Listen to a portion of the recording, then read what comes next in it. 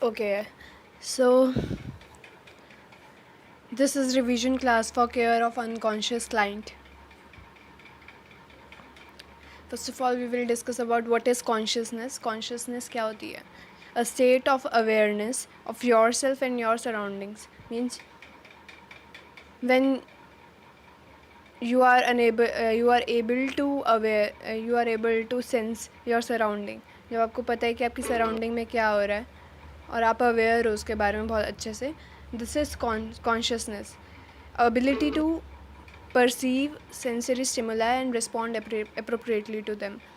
अगर आपके सामने कोई आ रहा है या फिर आपसे कोई पर्सन बात कर रहा है तो आप उसको अच्छे से रिस्पॉन्ड कर पाते हो, या फिर कुछ अगर एक्टिविटी हो रही है तो उस चीज़ पे आप रिस्पॉन्ड कर पा रहे हो. That is consciousness. And now what is unconsciousness? It is abnormal state. First of all, अगर कोई डिजीज़ कंडीशन है उसकी वजह से आप अनकॉन्शियस हो रहे हो, so it is an abnormal state, not a normal state. Normal is consciousness and abnormal is unconsciousness. Client is unarousable and unresponsive. आपके सामने जो भी हो जाए, कुछ भी हो रहा है, कुछ एक्टिविटी हो रही है, but you are not able to respond to that activity. ठीक है, तो that is unconsciousness. Coma is the deepest state of unconsciousness. जो कोमा है वो डीप स्टेट है अनकॉन्शियसनेस की. Unconsciousness is a symptom, not a disease. Unconsciousness किसी disease की वजह से हो सकती है, वो खुद अपने आप में एक डिजीज़ नहीं है. इसकी डिग्री जो है वो डिपेंड करती है इसके लेंथ एंड सिवियरिटी पे, कितने टाइम और कितनी सिवियर आपकी अनकॉन्शियसनेस है. जैसे कि फॉर ब्रीफ पीरियड हम इसको बोलेंगे फेंटिंग, अगर छोटे टाइम के लिए या थोड़े कम टाइम के लिए है. If it is for a prolong period, मतलब बहुत ज़्यादा देर के लिए है, तो हम इसको डीप कोमा बोलेंगे, बहुत ज़्यादा लंबे टाइम की फेंटिंग और अनकॉन्शियसनेस को. There are some causes of unconsciousness: trauma, epidural, subdural hematoma, brain contusion, hydrocephalus, stroke, tumor, infection, meningitis, encephalitis, hyperglycemia, drug or alcohol overdose. All these things may cause unconsciousness. Sign and symptoms: a person will be unresponsive.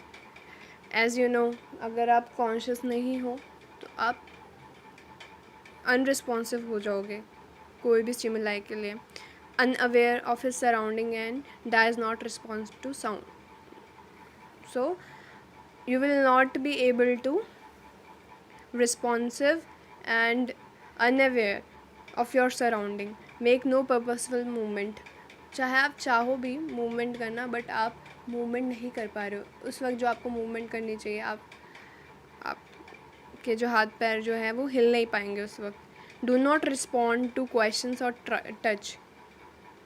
If there is somebody is asking you how are you, ऐसे करके पूछ रहा है कुछ, या फिर touch करके पूछ रहा है कि आप ठीक हो कि नहीं, तो आप उसको रिस्पॉन्ड भी नहीं कर पाओगे कि you are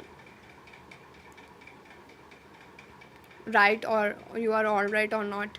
Drowsiness, inability to speak or move part of his or her body, loss of bowel and bladder control, then stupor. This is a state. Patient is unresponsive in this condition. Now sign and symptom continued. Respiratory changes will be there, abnormal pupil reaction will be there. मतलब pupil जो है dilated होगा, constrict pupil की जगह पे. To the pupillary reaction, light reaction में when you move light towards the eye, your pupil have to be constricted state. but इसमें क्या हो रहा है, आपका pupil जो है वो dilate होगा. कैसे assessment करोगे? First of all you have to assess by GCS scale, Glasgow coma scale. इसमें आपका आई, वर्बल और मोटर रिस्पॉन्स हम चेक करेंगे. Second, vital signs. In vital signs you will be checking TRP, temperature, respiration, pulse and blood pressure. Pupil में you have to check the size and reaction towards the light. Then limb movement and tendon reflex आप check करोगे. This is the table for Glasgow scale. First of all, you have to check eye opening response. eye opening response में आप देखोगे कि patient spontaneously respond कर रहा है कि नहीं कर रहा. अगर कर रहा है तो you will give him 4 score. अगर रिस्पॉन्ड कर रहा है to speech then 3.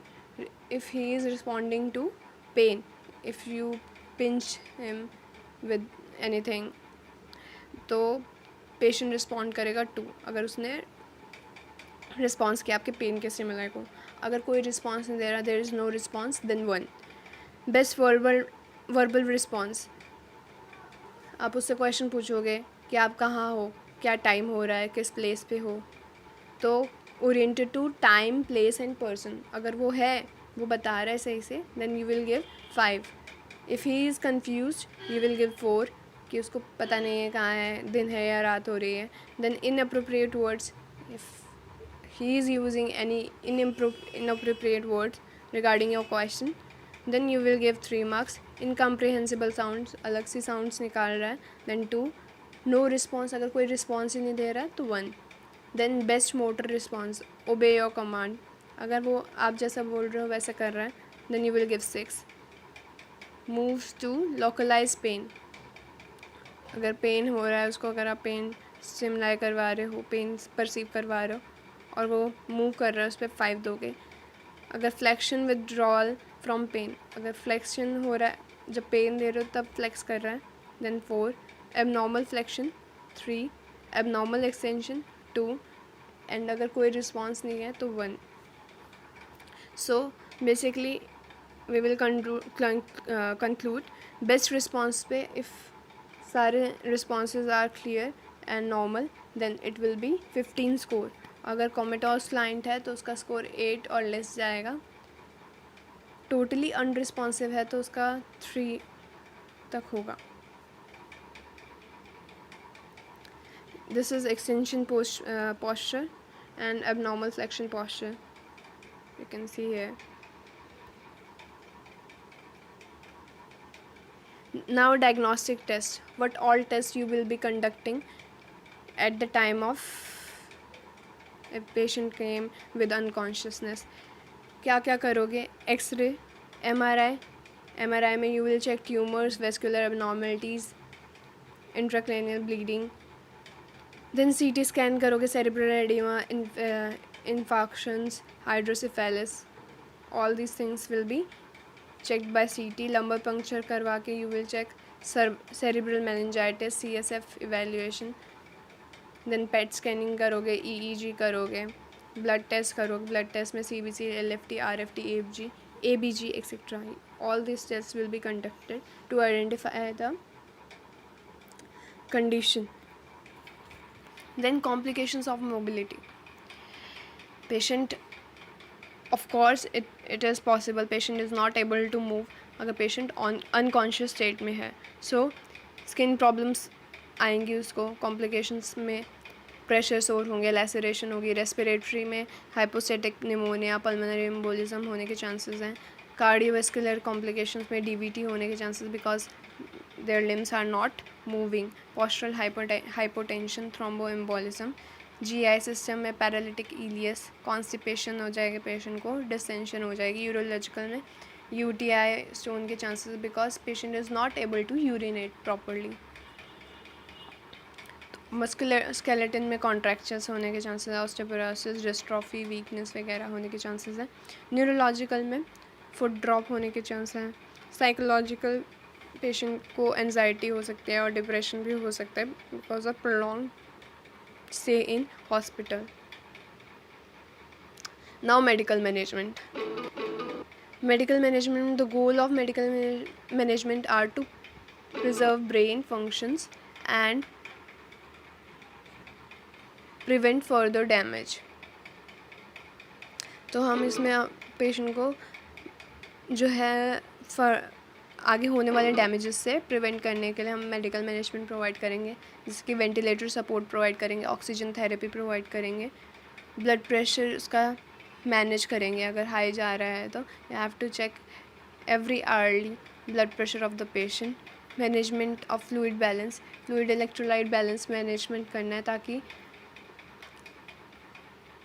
Intracranial pressure जो है वो इंक्रीज़ ना हो जाए और एडिमा के भी चांसेस ज़्यादा बढ़ जाते हैं.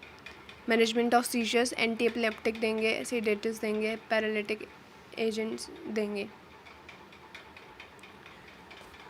We will treat intracranial pressure, increasing intracranial pressure by mannitol and corticosteroids.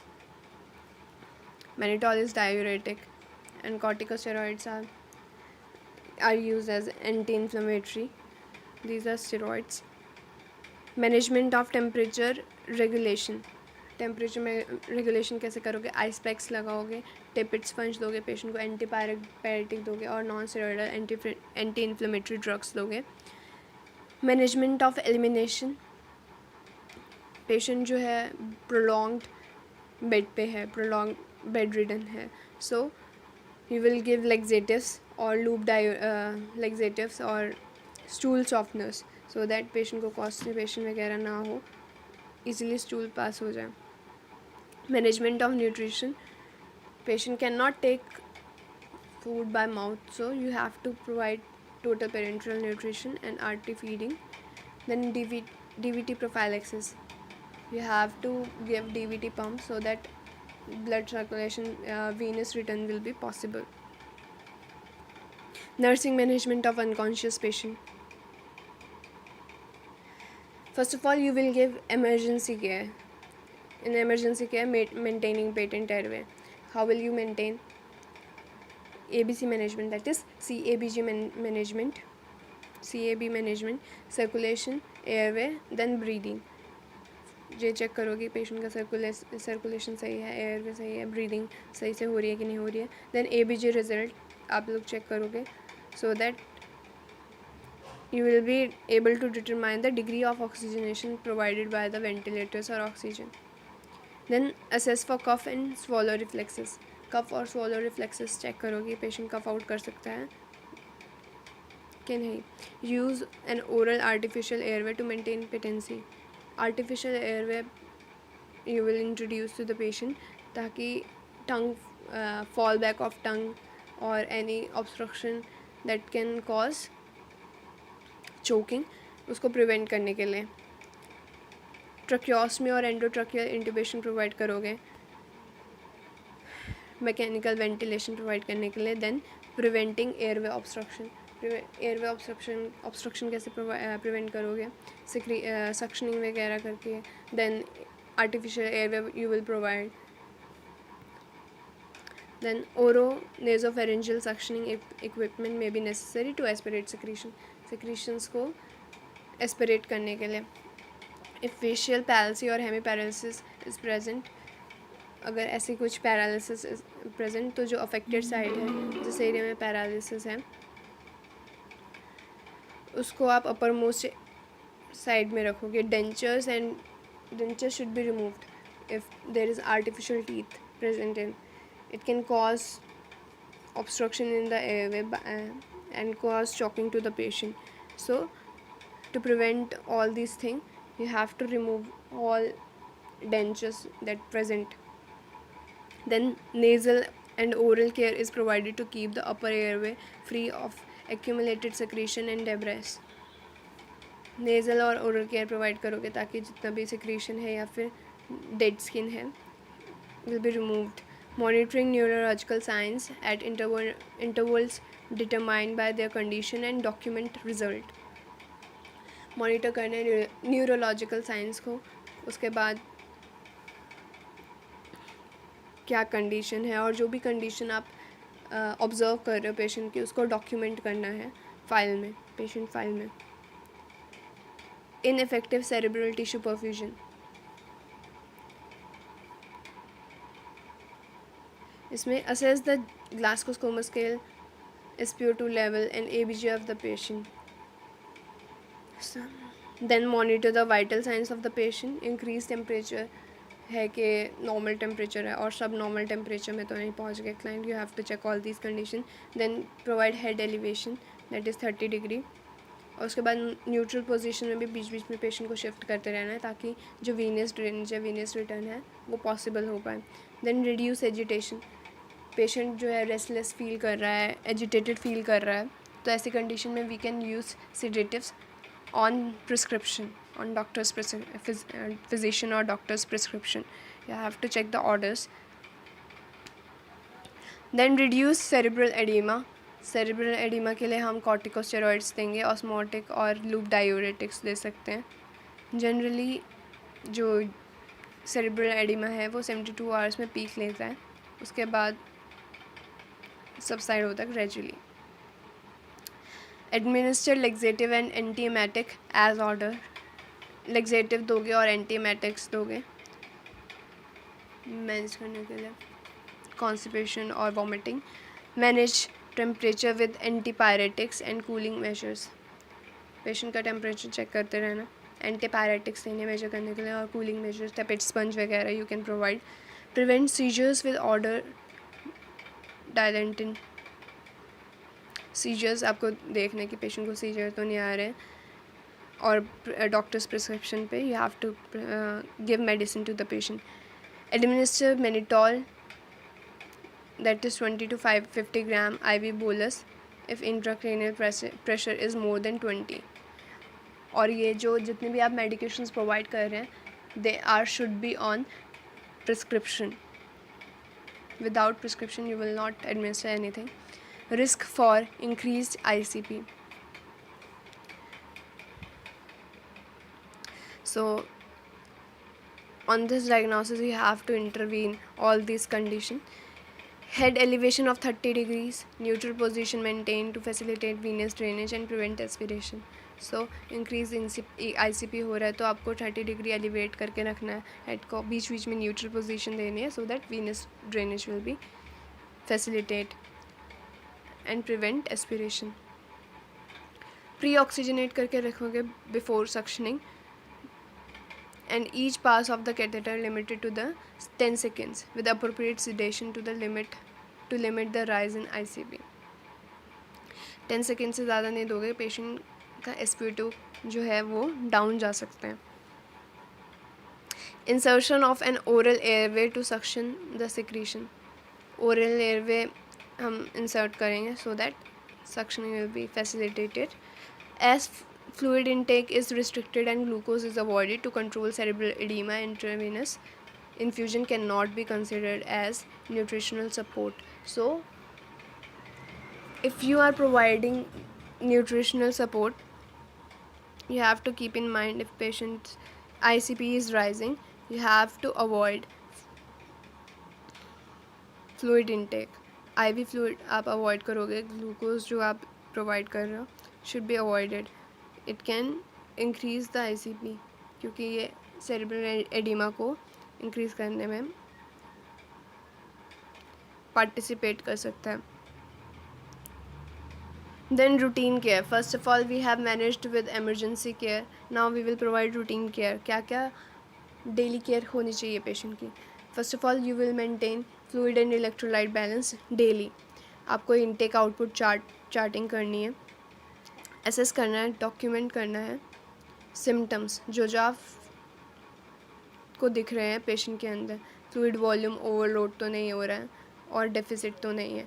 Diuretics जो है वो आपको प्रिस्क्राइब किए जा सकते हैं फ्लूइड ओवरलोड को करेक्ट करने के लिए और रिड्यूस करने के लिए oedema. Then over hydration and intravenous fluids with glucose are always avoided in comatose patient as cerebral oedema में follow.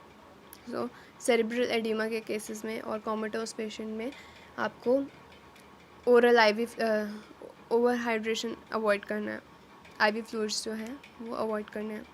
Skin integrity, the nurse should provide intervention for all self care, आपको skin care provide करनी है। Skin care में आपको bathing, hair, nail care सब कुछ provide करना है। फ्रिक्वेंट बैक केयर प्रोवाइड करनी है, within 2 hourly you have to give back care. Comfort device आप प्रोवाइड करोगे पेशेंट को, सो द प्रेशर पॉइंट्स जो है वो पील ऑफ ना हो सके। पोजीशन चेंज करोगे ताकि ब्लड सर्कुलेशन सारे पार्ट में हो जाए। बॉडी पार्ट्स में हो. स्पेशल मेट्रेसेस और एयर बेड्स जो है you will provide so that particular body part पे ज़्यादा प्रेशर की वजह से प्रेशर सोर ना हो. Adequate nutrition and hydration status should be maintain. Adequate nutrition दोगे सो दैट वुंड हीलिंग और स्किन इंटीग्रिटी मेंटेन रहे. Patient nails should be kept trimmed. छोटे नेल्स रखने, पेशेंट के नेल्स जो है कट करने टाइम पे. Cornea should be kept moist by instilling methyl cellulose 0.5% to 1%. Cornea को जो है जब पेशेंट कोमेटोज कंडीशन में है, अगर पेशेंट की आइज़ आर ओपन, ऐसे टाइम में you have to keep the eyes of the patient close so that cornea damage जो है वो प्रिवेंट हो सके. Protective eye shield can be applied for or the eyelids closed with adhesive strips if the corneal reflex is absent. These measures prevent corneal abrasions and irritation. So corneal abrasions और irritation को prevent करने के लिए हम adhesive tape apply करेंगे. Inspect the oral cavity. Oral cavity you have to inspect. Keep the lip coated with water soluble lubricants. आपको हमेशा water soluble lubricant जो है lips पे apply करना है और प्रिवेंट करना एनक्रस्टेशन, ड्राइंग और cracking of the lips. Then frequent oral hygiene आपको within 4 hourly have to provide. Nasal passages में get occluded so they may be cleaned with a cotton और cotton tipped applicator. You can apply cotton tipped applicator to remove the crust present over nose. Then proper position provide करनी है patient को. Lateral position दोगे आप जिसमें आपका head जो है न्यूट्रल पोजीशन में होना चाहिए. अपर आर्म पोजीशन में आपका pillow on a pillow to maintain shoulder alignment. Then upper leg supported on a pillow to maintain alignment of the hip. आपको you have to keep in mind all these things. Then change position, change करनी है position 2 to 4 hourly. Taking care to prevent injury to soft tissue and nerves, oedema और disruption of the blood supply. Maintain करना correct position. Enable secretion to drain from the client's mouth. The tongue does not obstruct the airway and postural deformities are prevented. आपको patient का posture जो है वो पूरा maintain करके रखना है और जो भी पोजीशनिंग आप दे रहे हो उसमें पेशेंट का सिक्रीशन जो है वो इजीली आउट होना चाहिए ताकि उसको एयरवे ऑब्स्ट्रक्शन ना हो चोक करके. This is the position. This way you can provide position to the patient.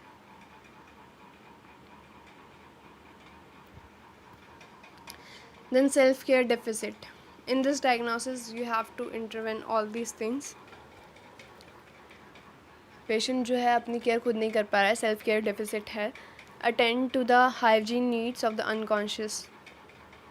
Patient should be never become ritualistic and despite the patient's perceived lack of awareness, dignity should not be compromised. You have to maintain the privacy of the patient whenever you are providing care to the patient. Involving the family in self care needs. जब आप self care need provide कर रहे हो patient को, cleaning कर रहे हो, bathing करवा रहे हो, कॉम्बिंग कर रहे हो, तब आप you can take help from the family members. Finger nails and toe nails also need to be assessed. They should be trimmed short. Chronic illness such as diabetes need more attention. ऐसे cases में जिसमें patient को diabetic patient है तो उनको care ज़्यादा चाहिए होती है क्योंकि बड़े नील्स नहीं होने चाहिए क्योंकि उनकी हीलिंग जो है वो बहुत स्लो रेट पे होती है. So you have to give special care to them. Then minimum 2 nurses should bathe an unconscious patient as turning the patient may block the airway. क्योंकि पेशेंट की ट्यूबिंग्स हैं, पेशेंट को ईटी ट्यूब लगी हुई है, एयरवे जो है वो सब मशीन्स के थ्रू वेंटिलेट किया जा रहा है. So you have to provide 2 nurses for an unconscious patient so that easily work हो पाए और पेशेंट का एयरवे ऑब्स्ट्रक्ट ना हो, फॉलिंग के चांसेस ना हो. Proper assessment of the condition of the skin must be done when giving the bed bath. Hair care should not be neglected. क्योंकि पेडिकुलोसिस हो सकता है, डेंड्रफ हो सकता है और स्किन डैमेज भी हो सकती है स्कैल्प की. So hair care should be provided to the patient. Oral hygiene, chlorhexidine based solution you can use in this. Airway should be removed when providing oral care. Airway, if there is a airway provided to the patient, you can remove it while providing oral care. Or if there is ET tube present, you can fix the tube on alternate side. Minimum of 4 hourly oral care to reduce the potential of infection from microorganism. You will give 4 hourly oral care so that infection cannot take place. Also not to damage the gingiva by using excessive force. So जो आपके gums हैं और mucosal layer है mouth की, उसको prevent करना है. ज़्यादा फोर्सफुली आपको ओरल केयर नहीं प्रोवाइड करनी है. Then eye care. In assessing the eyes observe for signs of irritation, corneal drying, abrasions और एडेमा. आपको असेस करना है क्या क्या फाइंडिंग्स हैं पेशेंट की आई में. Gentle cleaning with gauze and 0.9% sodium chloride should be sufficient to prevent infection. You can use normal saline, that is 0.9%. आप वो यूज़ कर सकते हैं क्लीनिंग के लिए पेशेंट की आइज़ की. Artificial tears can be applied और drops to help moisture. There will be prescribed drops to create moisture in the eyes. Corneal damage can result if the eyes remain open for longer time. जैसे कि मैंने बताया कि you have to provide adhesive tape to the patient so that corneal damage will not take place. So you have to keep in mind that tape can be used as close the eyes. Then nutrition need में आपको आप total parenteral nutrition provide कर सकते हैं. Riles tube feeding provide कर सकते हैं. Intravenous fluids जो हैं वो आपको you have to check on them कि डॉक्टर्स ने ऑर्डर किया है कि नहीं किया, क्योंकि there will be chances of cerebral oedema in comatose patient. Then risk for injury. Patient is in sedative in unconscious state, so you have to put the side rails of the patient. Then prevent from any kind of injury by, if patient having seizures, take all the precautions at that time. Then provide adequate support to the limbs. और help करनी है patient को move करने में और turn करने में every 2 hourly.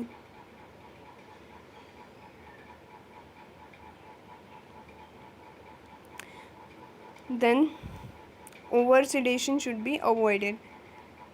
First of all you have to follow the order of the patient और पेशेंट को प्रिवेंट करना, ओवर सेडेशन से ज़्यादा सीडेट नहीं करना है. और असेस करते रहना पेशेंट का GCS स्केल जो है, और पेशेंट डिप्रेस तो नहीं हो रहा है, रेस्पिरेटरी ओके डिप्राइवमेंट तो नहीं हो रही है. You have to check all this condition. Then assess the need for restrain. अगर पेशेंट जो है ज़्यादा रेस्टलेस है, so you have to ask for the permission of restraining from the family members. Take consent. Then after that you can restrain the patient. Impaired bladder and bowel function. Assess करोगे constipation तो नहीं है, bladder डिसेंशन तो नहीं है. Auscultate करनी है आपको बावल साउंड्स. स्टूल सॉफ्टनर्स दोगे, लेग्जेटिव्स दोगे, सो दैट पेशेंट जो है मूव नहीं कर रहा है तो कॉन्स्टिपेशन के चांसेस ज़्यादा होते हैं. तो ऐसी कंडीशन में you will give stool softeners. Urinate नहीं कर पा रहा है तो you will provide bladder catheterization because patient is in unconscious state. Then you have to take care of the catheter care also. If you have catheterized the patient, then monitor urine output and input. Initiate bladder training as soon as consciousness has regained. जब patient conscious हो जाता है तो you have to remove the catheter and patient को बोलना है कि bladder training देनी है. Risk for contractures. मेंटेन करना extremities in functional position, providing proper support, remove the support devices every few hours for a passive ROM exercise and skin care. So you will provide passive exercise to the patient contractures prevent करने के लिए और osteoporosis जैसी condition को prevent करने के लिए passive exercise provide करोगे, पेशेंट की लिम्ब मूवमेंट करवाओगे.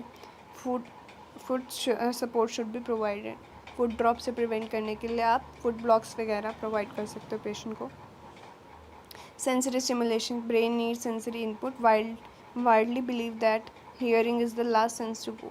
Okay, so when patient is in unconscious state, patient आपको सुन सकता है but you are talking to him. So जो भी आप प्रोसीजर कर रहे हो वो आपको एक्सप्लेन करना है पेशेंट को कि आप क्या करने जा रहे हो पेशेंट के साथ, क्या दवाई देने जा रहे हो, क्या आप इंट्यूबेट करने जा रहे हो, जो भी चीज़ है you will explain to the patient so that patient will accurately recall events and process that happened while they were sleeping. Then impaired family process.